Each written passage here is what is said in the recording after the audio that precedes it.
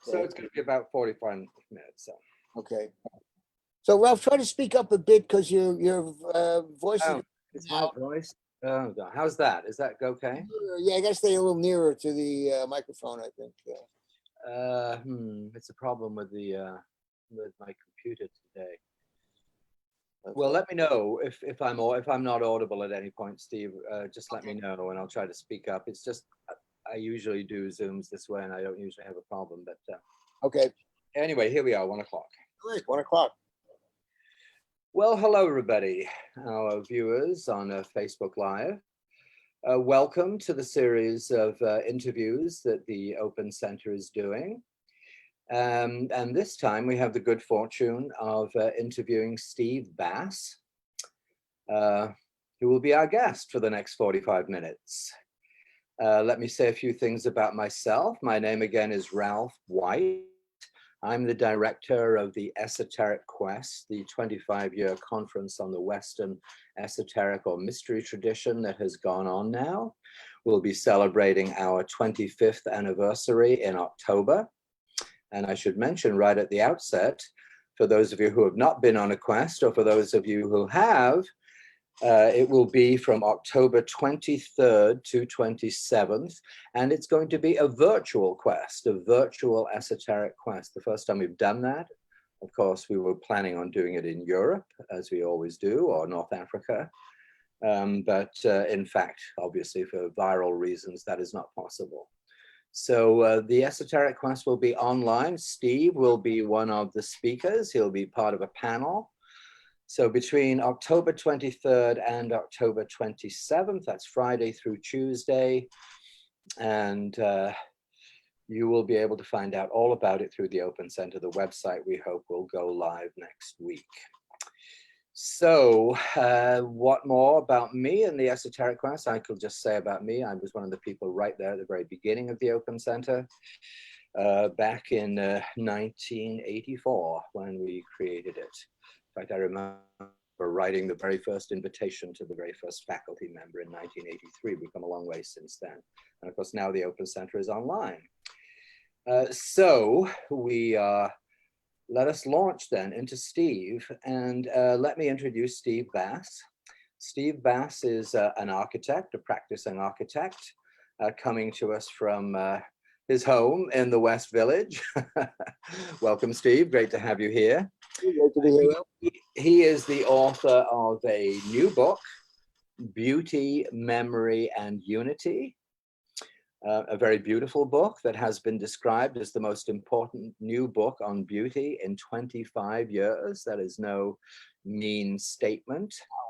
And Steve is an expert in what we call sacred architecture, which involves sacred geometry. And I'll leave you, Steve, to talk about it more. But let me say that Steve has spoken and participated in many esoteric quests. As I mentioned, they've been going for 25 years now. And is an accomplished speaker and very knowledgeable about this whole field. I should say, too, before we go into the review, that Steve will be giving a talk on his book, Beauty, Memory, Unity, well, we say at the Open Center, which means virtually. We'll be online again on Tuesday the 15th, next week, Tuesday the 15th of October at 7:30 p.m. New York time. Of course, nowadays we have to think of every imaginable time, European, Californian, and New York, but 7:30 New York time on Tuesday the 15th of October. So Steve, let's get things rolling here. And so you have for a long time been a practicing architect here in New York. Tell us about your life. You were born and grew up in Brooklyn, and then what was it that decided you to be an architect? Well, I don't really know. It's something that I was always attracted to. I was always attracted to the idea of construction.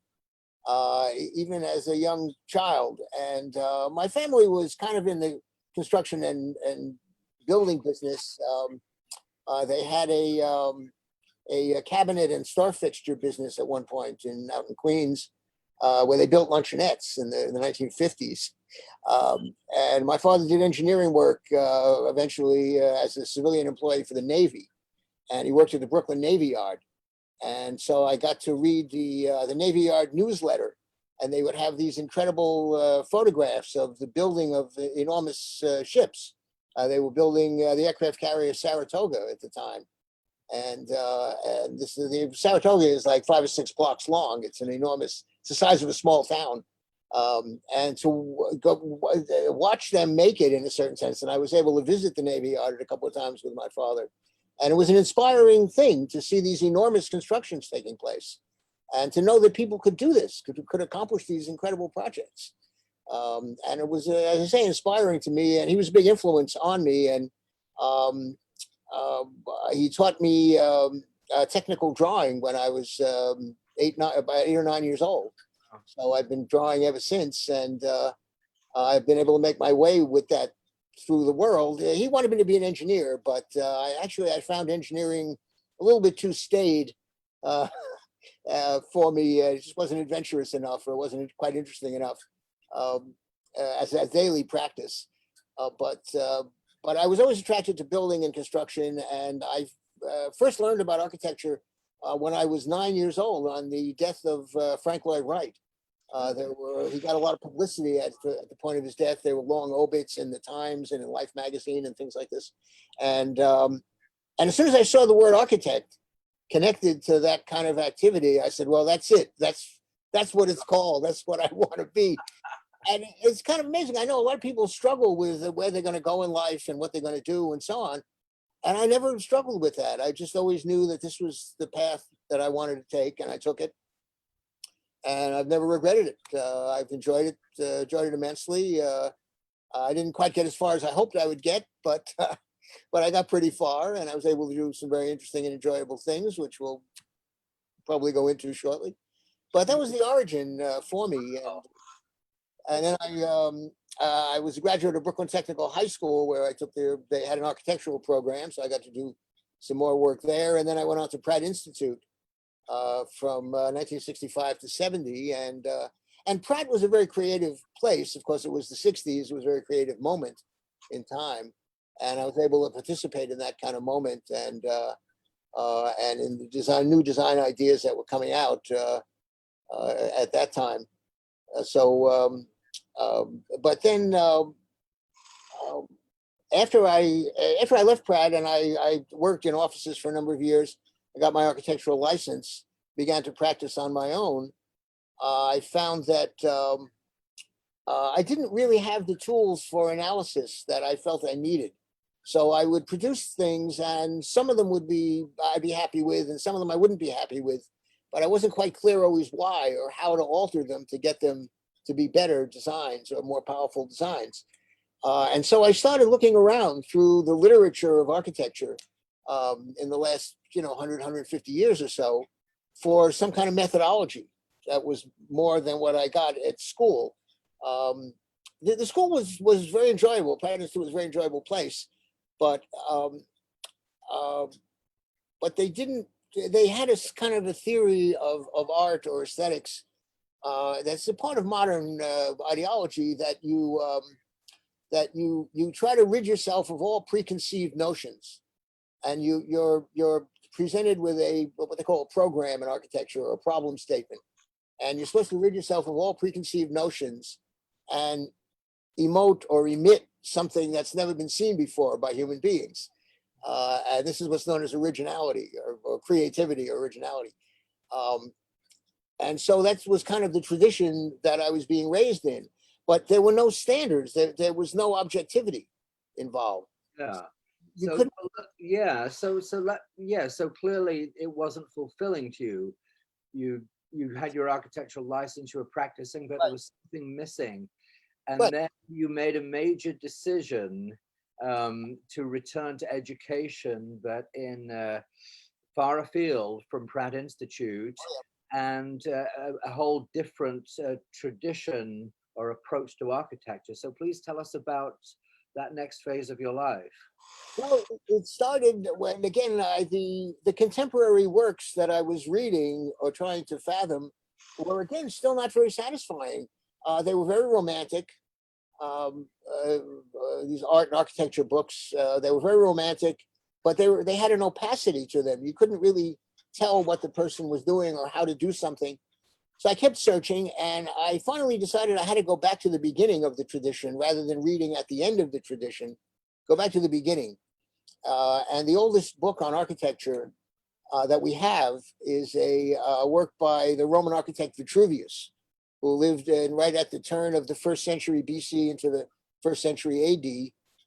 He served in the military with Julius Caesar, and then later with his nephew Augustus during the Civil War in Rome. And after the Civil War, he got a pension from Augustus, and he retired as a gentleman. And he had been a kind of ballistics officer. He built catapults for Caesar. That was a great thing to do. And so he got a piece of land, I think, in northern Italy on the Adriatic coast. I forget, the town is called Fano, I think. And he built a civic building known as a basilica at Fano. And he wrote about architecture. He had obviously wanted to be a professional, because he talks about it in the book a little bit. And it's the oldest book that we have on architecture. He references many other books that he studied from. During his time in the military, he was stationed in Greece. And so he absorbed a lot of the Greek tradition in architecture, and he mentions a lot of those names. And then he goes on to give a method for designing classical buildings that's based on measurement. It's based on a grid system, kind of, where you divide the facade into a certain number of parts. And then one of those parts becomes a kind of module, and you begin counting out those modules, and both horizontally and vertically, and you get all of the parts that you need. You get them all sized and located. And as soon as I saw that, I realized that this was the kind of thing that I was looking for. It doesn't actually tell you what to do. It just tells you how to do something, and then how to evaluate what you've done. And it was exactly the kind of thing that I was looking for. So I went and just intuitively, I went to my drawing board, and I started to follow his directions that he gives in this ancient book. And within about 10 or 15 minutes, I had drawn a classical portico, a very credible classical portico, without ever having been trained in it. And in fact, having been told that that was a no-no, basically, that you weren't supposed to use classical architecture because that was not of our time, in quotes. And that was the big bugaboo. It has to be of our time, which means it can't be traditional or classical. But there it was, and it was self-evident, and you could analyze it. You could see where I did things right, and you could see where I did things wrong. And so I realized I was onto something. And in that section of his book, Vitruvius' book, he references Plato and Pythagoras as the ultimate source for these numbers, having come through certain Greek architects that he mentions. And so I realized, first of all, that I had to find a place to study the elements of classical architecture, because he doesn't give you complete directions. Vitruvius gives you about 90% of the directions that you need, but there's another 10% that's kind of either missing or not stated by him, because he must have assumed that people would know these things. Also, the illustrations to Vitruvius were lost, unfortunately, during the time period involved, but without, 1,200 years or 1,400 years. So I had to find people who knew about these elements, and then I knew I needed to find someone who knew about Plato and Pythagoras. So tell us more about your journey across the Atlantic to your teacher there. Well, as you know, they say in the spiritual life, they say, if you seek, you'll find, and if you ask, you'll be answered, right? So now I knew what kind of questions to ask, and I very shortly got answered in ways that were completely unexpected. I guess this is also true in spiritual life as well, that you get much more than you bargained for. So I found a teacher of the classical elements. There was an architect in Philadelphia named Alvin Holm, who you know, Ralph, quite well. I studied with him for a while here in New York. He was the only person in North America, I think, at the time, this was in the late 70s and early 80s, who was giving classes on how to actually draw the classical elements. And And so I got that part of it down, but then I still knew that I needed a teacher of somebody to take me through Plato to understand what the connection was between these two subjects, right?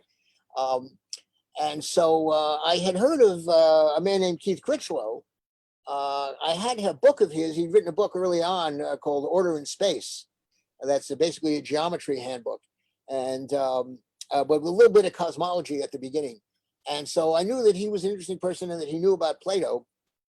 And I heard I was on somebody's mailing list. It was called the Lindisfarne Association, run by a fellow named William Irwin Thompson at the time. And I must have been on his mailing list somehow. I'm not sure how I got there. But anyway, I got a flyer that Keith Critchlow was coming to New York and he's going to speak at Lindisfarne. They were in this church on 6th Avenue, this little church that's still there. And it became an infamous nightclub later on. But it was this nice church, a very charming little building on 6th Avenue. So I went to the talk and I was hoping to hear about Plato and Pythagoras. Well, Keith turned out to be, much deeper and more interesting person than I realized. So all he did in that first talk was he would show slides. He showed comparative slides, 2 slides at a time. And so on one side, he would show a picture of a Gothic tracery or of a floor plan of something. And then on the other side, he would show a picture of a flower with 5 petals or 6 petals or something like this. And he would say hardly anything about it. And he would just keep moving through these things. This went on for about 45 minutes or so. And I was getting very unsatisfied. I thought, well, he's not saying anything, right? Well, I found out later that he never says anything in public. He didn't used to say anything in public talks. He's passed away now, unfortunately, a few months ago. But he didn't say anything in open-ended talks. He just would show images. And so at the end, I kind of went up to him and I said hello. I introduced myself, and he said, "Well, I'm doing a workshop at the Omega Institute in a few months' time or whatever, short time in the future." And so I was able to go to that. That was a weekend workshop at Omega, and there he opened up because it was a small audience. We were in a kind of retreat setting. And these were people who were willing to go a few steps out of their way to listen to him. It wasn't just a public lecture. So he starts off by saying, he opens up the whole thing by saying, I don't know anything more than you know, or anybody here knows. My job as a teacher is to help you remember what you already know. And so I realized I was in something deep here. I had studied yoga for a few years before that. And I remember in one lecture, the Swami Satchidananda actually had said, somebody asked him, how do you tell a real teacher from a faker? Because there had been a lot of fakers back in the late 60s and 70s. And he said a number of things, but then at the end he said, remember, the avatar will always deny he's the avatar. And so when Critchlow said, I don't know anything more than you do, I said, oh, wait, now I have to listen because he may really know something. Right, it's kind of the opposite. It's like opposite logic. Yeah. So I know you then went on to study with Keith. You made that big decision to move to England, where he was professor at the Royal College of Art in London, and you studied with him there. So you had a deep immersion in the sacred architecture traditions. Yes. Of Plato, Pythagoras, Vitruvius, the other people you've mentioned. Yes. But I'm also aware that we have quite a number of our viewers today are very interested in the theme of your book, beauty, memory, unity. So shall we move on to that? Sure. Tell us more about, you have your approach to beauty. I remember when you were giving a talk at the Open Center years ago, and I grasped a whole different concept of beauty from your talk. And I went, wow, it was one of those moments where I completely took in a new understanding of what beauty is. And so that's why I'm so glad. It may have taken a few years, Steve, to get your book produced, but it was a noble effort. So tell us about that. Tell us about when you draw on these ancient sources, what is the approach to beauty or understanding of beauty that they bring you? Well, the concept of beauty turns out to be the key link between the physical and the metaphysical, or the physical and the spiritual. Beauty is kind of the trigger for the ascension of the psyche. And it's in a few areas of Plato that I had the privilege again of working with Critchlow, who took me through things like the Timaeus and a couple of other areas of Plato, almost line by line, and showed me, how things worked and where things were. But the idea of beauty that I came to is actually in Plotinus, who was a early 3rd century, I think, mystical Platonist in Rome, a Neoplatonist. And in part of his writing, he has this idea that what he says, beauty, he defines beauty as the joyous state of the soul as it recalls its relationship to divine unity, to the divine, basically. You say that again, that's a great phrase. I want to make sure our viewers really take that in. Yeah, beauty is the joyous state of the soul as it recalls its relationship to divine unity. So the idea then I then realized was that to create something of beauty, beauty is not a thing, and it's not in things, and it's not even in the measure of things, but it's in the soul, it's in the human being, it's in the psyche of the human being. It's an experience, not a thing. And what you need to do as an artist or as a designer is to stimulate the experience, to enable someone to have the experience. You can't force it on them. You can't give it to them even. You have to just work in such a way that it's possible for a person to experience the beautiful. And the link is through the concept of proportion, which is a part of what's called sacred geometry. Because the principles of architectural proportion in the classical system are the same principles as in sacred geometry. They're just applied for it could be a spiritual purpose involved, but also for a secular purpose. So, so the link is through proportion. The idea that if you relate shapes and objects in a certain way that's numerically coherent or numerically harmonious, the person who's perceiving it experiences this sense of beauty, which is an upliftment, which is reminding you that the appearances are only on the surface, that underneath the surface, there's a unity, there's a mysterious unity. And the experience produces desire. And the desire, Eros is the child of Venus, right, in the myths. And Eros means desire. So beauty produces the desire to join with and be one with the object of beauty. And the force behind Eros is love, right? Which is in this context, love is the force that keeps the elements of the universe related in their harmonic positions, right? So you're actually by allowing someone to have the experience of beauty, by working proportionally, you allow someone to have the experience of beauty, and you allow them to experience that desire to be one, really, with the universe. Okay. And that's the upliftment. That's when the soul elevates, and you feel a lightness. You feel a joining with the one, and a freedom from physicality. You can, in effect, ascend somewhat. So that's beautiful. And in a nutshell, I think. In our contemporary culture, filled with so much ugly elements of modernism, where we are surrounded by so much ugliness.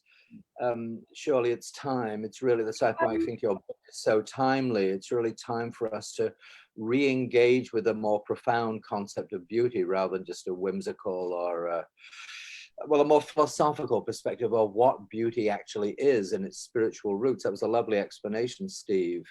It's not. So, go ahead. It's not peripheral. And in Vitruvius, he says that there are 3 components that you need for successful architecture. And they're labeled as structure, function, and beauty. And it's not peripheral. Beauty is part of a kind of cosmological triad of the proceeding, maintaining, and returning. So in Plato, the universe proceeds from the good, because the creator is good and wants everything that could ever exist to experience that goodness. So time and space come into being to facilitate that. So the universe comes forth because it's good. It maintains in a kind of truth, or ma'at, as they used to say in Egypt, and it returns in the beautiful.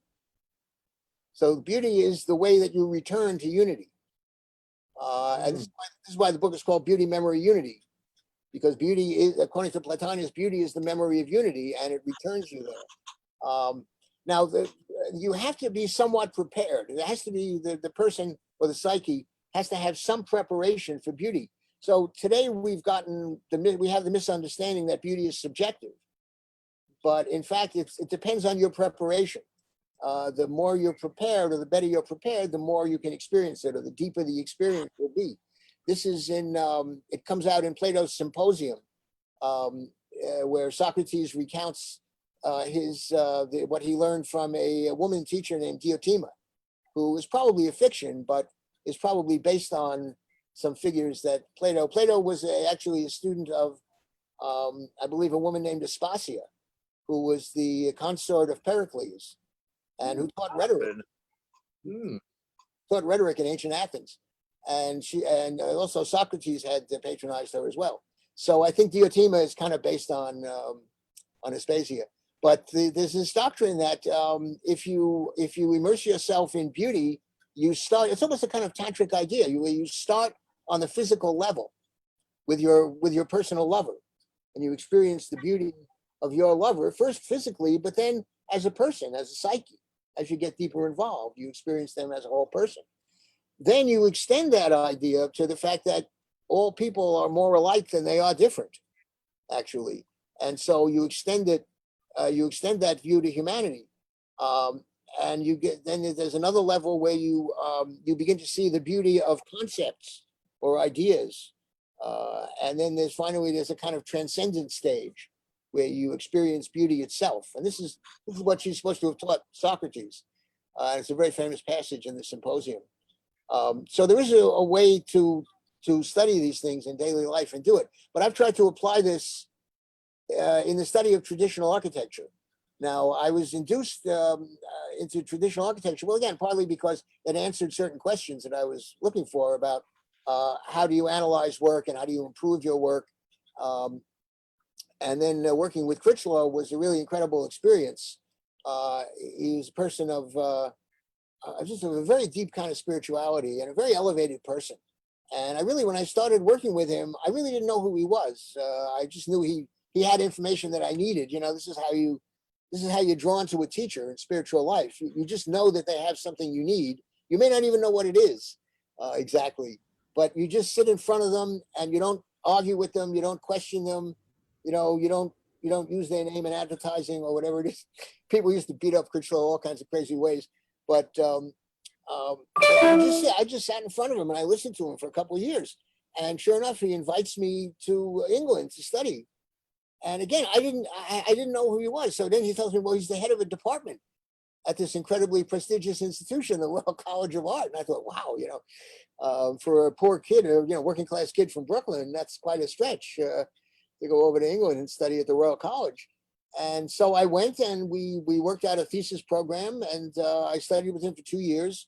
It was an incredible experience. And one of the high points of which was that, of course, I realized once I was there, that he was deeply involved with the House of Windsor. I mean, again, for me as a kid from Brooklyn, I had no idea that I was getting into this kind of stuff.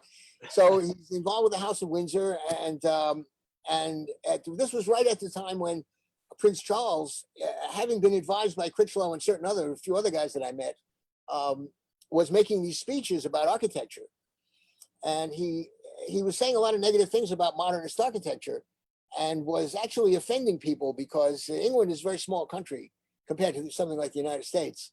And so the audience that the prince was speaking to were people who all knew each other and knew him and everything. And it was this interwoven society. So they decided that he had to do something positive rather than just criticize. So they cooked up a program, an educational program that was known as the Prince's Summer Course in Traditional Architecture. And one day Critchlow comes into, I had a little work area, and he comes over to my little work area with this sheet of like 50-pound paper that the prince sends out his stuff on. And it's an application form for this school. And Keith describes it to me. I said, Keith, this looks very interesting. I'd love to do it. But I said, I'm sure that there's going to be huge applications that were going to take like 15 or 20 students, right? And I said, well, there are going to be thousands of applications from all over the world and people who are much more qualified than me and so on. And Keith, poor Keith, just looked kind of exasperated. And he said, Steve, just fill out the form, right? Just fill it out. So I filled it out, gave it back to him. And sure enough, I'm admitted to this course. And then it comes out, of course, that he's been a tutor to Prince Charles and he's been a tutor to, Prince Harry and Prince Andrew. He used to take them while I was studying with him. He used to take them around to cathedrals all over England and walking through a cathedral. I tell you, walking through a cathedral with Keith Critchlow is a never to be forgotten experience. Yeah. Well, Steve, let me just pause you a minute there and talk a bit more about Keith and his work, because you're going to be one of 3 people on a panel in the upcoming virtual esoteric quest between 23rd and 27th of October, esotericquest.org. The dates will be corrected on the website. So it's the 23rd to the 27th of October. But it's going to be a panel looking at the work and legacy. As Steve mentioned, Keith just died a couple of months ago. He was just an outstanding man, very low key, very humble, but very brilliant. I remember him speaking at the Open Center back in the 80s. He flew all the way over from London to do a weekend at the Open Center once. It was too exhausting for him to do that afterwards. But it's not just he did beautiful on the sacred architecture in Chartres Cathedral in France, one of the beautiful 12th century cathedrals from the apex of the Middle Ages. I remember him speaking at the Open Center on the Sufi mosques of Central Asia, the mosques of Samarkand and Bukhara, and the beautiful way in which they integrated these principles, because a lot of people don't realize that Islam, particularly its Sufi aspect, really incorporated a lot of the wisdom from the Library of Alexandria, a lot of the ancient Greek and Roman wisdom really passed on to them in these exquisite mosques from Samarkand and Bukhara, where there's just one tiny little indicator in some obscure corner of who the architect was.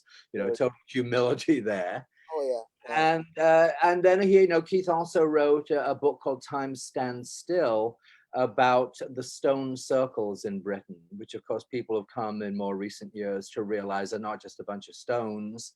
It's not just Stonehenge, they're all over Britain and Brittany and actually large parts of Europe. And Keith's work was really about the sacred proportions within them and their alignments, etc. So I should just say that in the Esoteric Quest, and you can go to esotericquest.org, the Open Center will also be letting you know about this. But we will be including with a fellow panelist with Steve, Nick Cope, who has been or is, I think, still the head of the Research into Lost Knowledge organization that was founded by Keith and by John Michel, the wonderful John Michel. Some of our viewers may know about his classic book, The View Over Atlantis. And also Zev Ben Shimon Halevi, Warren Kenton, the Kabbalist. They've all participated in the esoteric quests, although I guess only Warren is still with us today. So I just wanted to draw that to your viewers' attention, that there will be a panel with Steve and Nick Cope. He was an expert on the sacred architecture or the harmonic architecture of Orkney Islands in Scotland, particularly something called the Nap of Hower, and also a young guy called Adam Williamson, who I'm looking forward to meeting, a friend of Steve's, and who also studied with Keith, and who I believe is an expert on Islamic arts and craftsmanship. So I just wanted to alert people to that. So Keith, Steve, let's go on and let's just talk a little bit about the esoteric quests in the 10 minutes that we still have. Go ahead, Ralph. Start us off. Yeah, so before we go, let's say again, Steve's wonderful new book, Beauty, Memory, Unity, is out now. I'm sure you can get it on Amazon. He's looking for it. It's a nice big book. It's an impressive, it's an impressive tome. Can we see the subtitle there? Theory of Proportion. Theory of Proportion in Architecture and Design. Architecture and Design. But I think for anybody interested in the renewal of beauty in modern culture, drawing from impeccable sources, I think Steve has done an incredible job in making all that accessible to us again, and this beautiful perspective. Now, as I mentioned, Steve has been, I think, it's on 7 or 8 different esoteric quests. So let me just say a little bit more about them. As they've been going on for 25 years.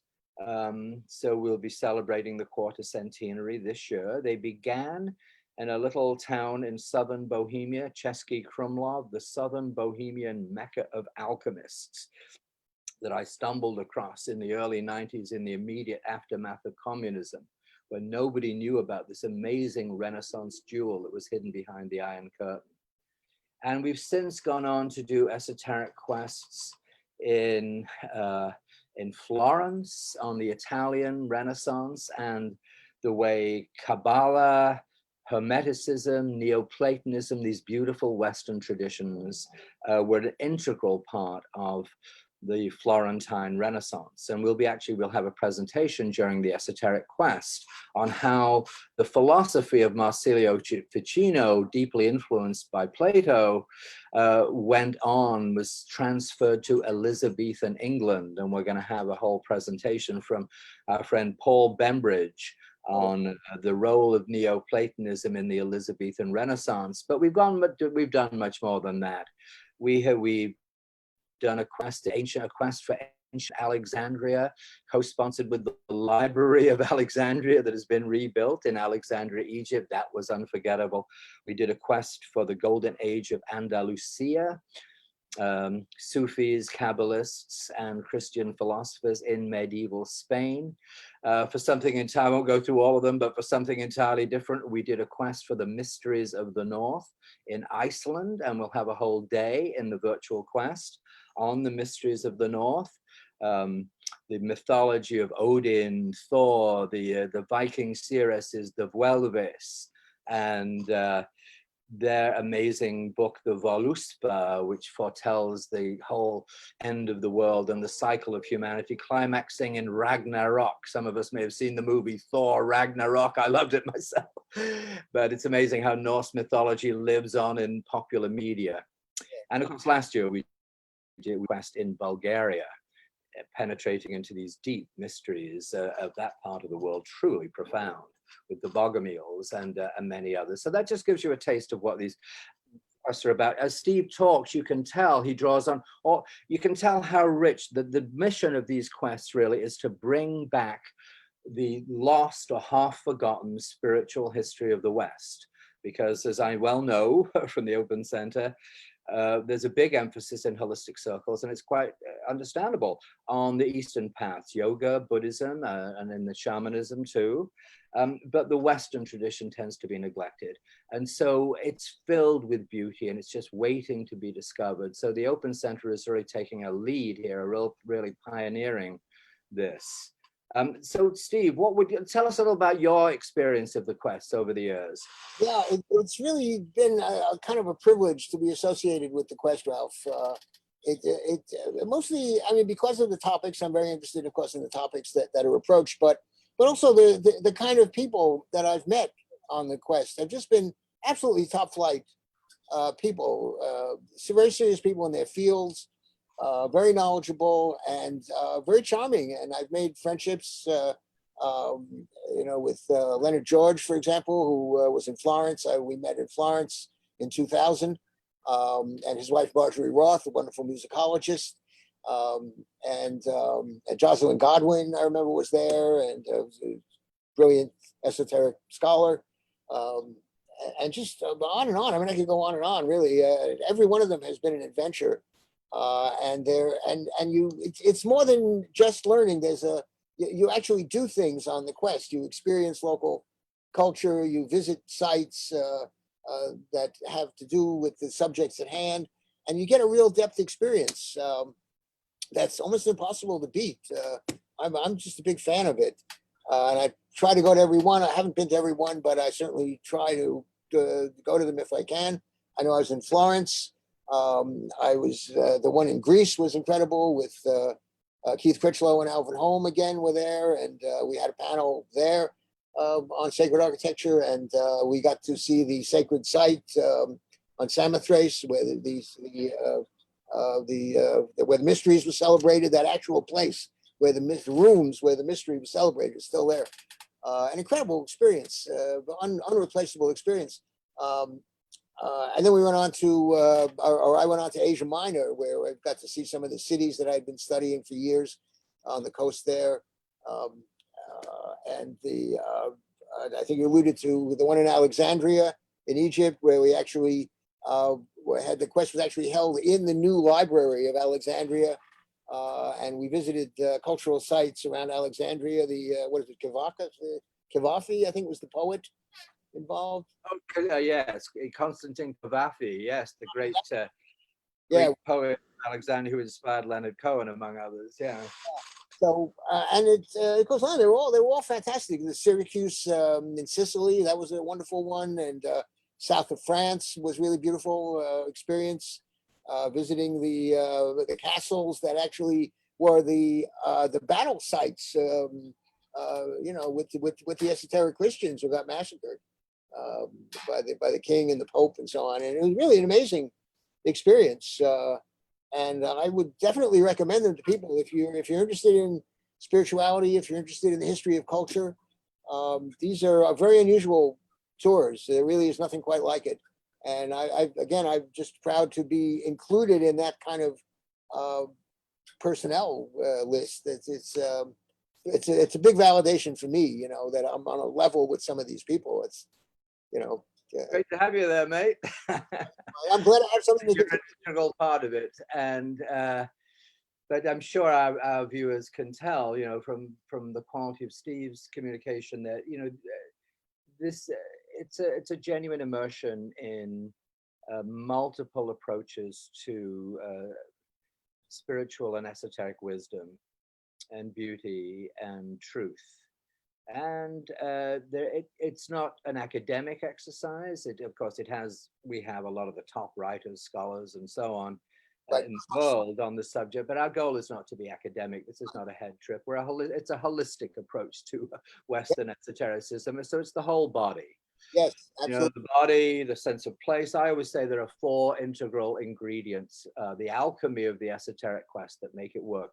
The learning, of course, the conviviality, Yes, meeting the people, making soul connections with people. The ambience, of course, is crucial to being there, and the arts is the 4th element. We always make sure that the arts, music, poetry, dance, it's an integral part. It nourishes the soul, and of course it takes you into the soul. And we've been very fortunate that we've been greeted so graciously in all the different countries and traditions, from the Outer Hebrides of Scotland to Alexandria, Egypt, during the revolution. So it's been a great privilege. So Steve, we should sign off in a couple of minutes.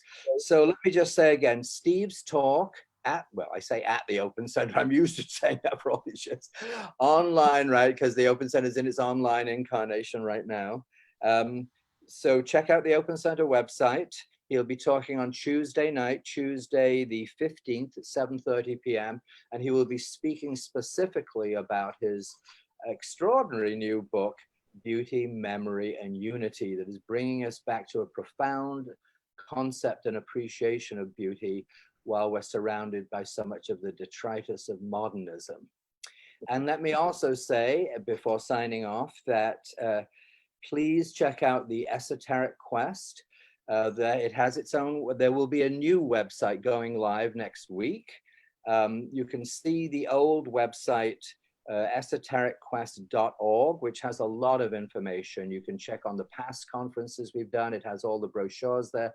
There's even a library, an audio video library of prior quests.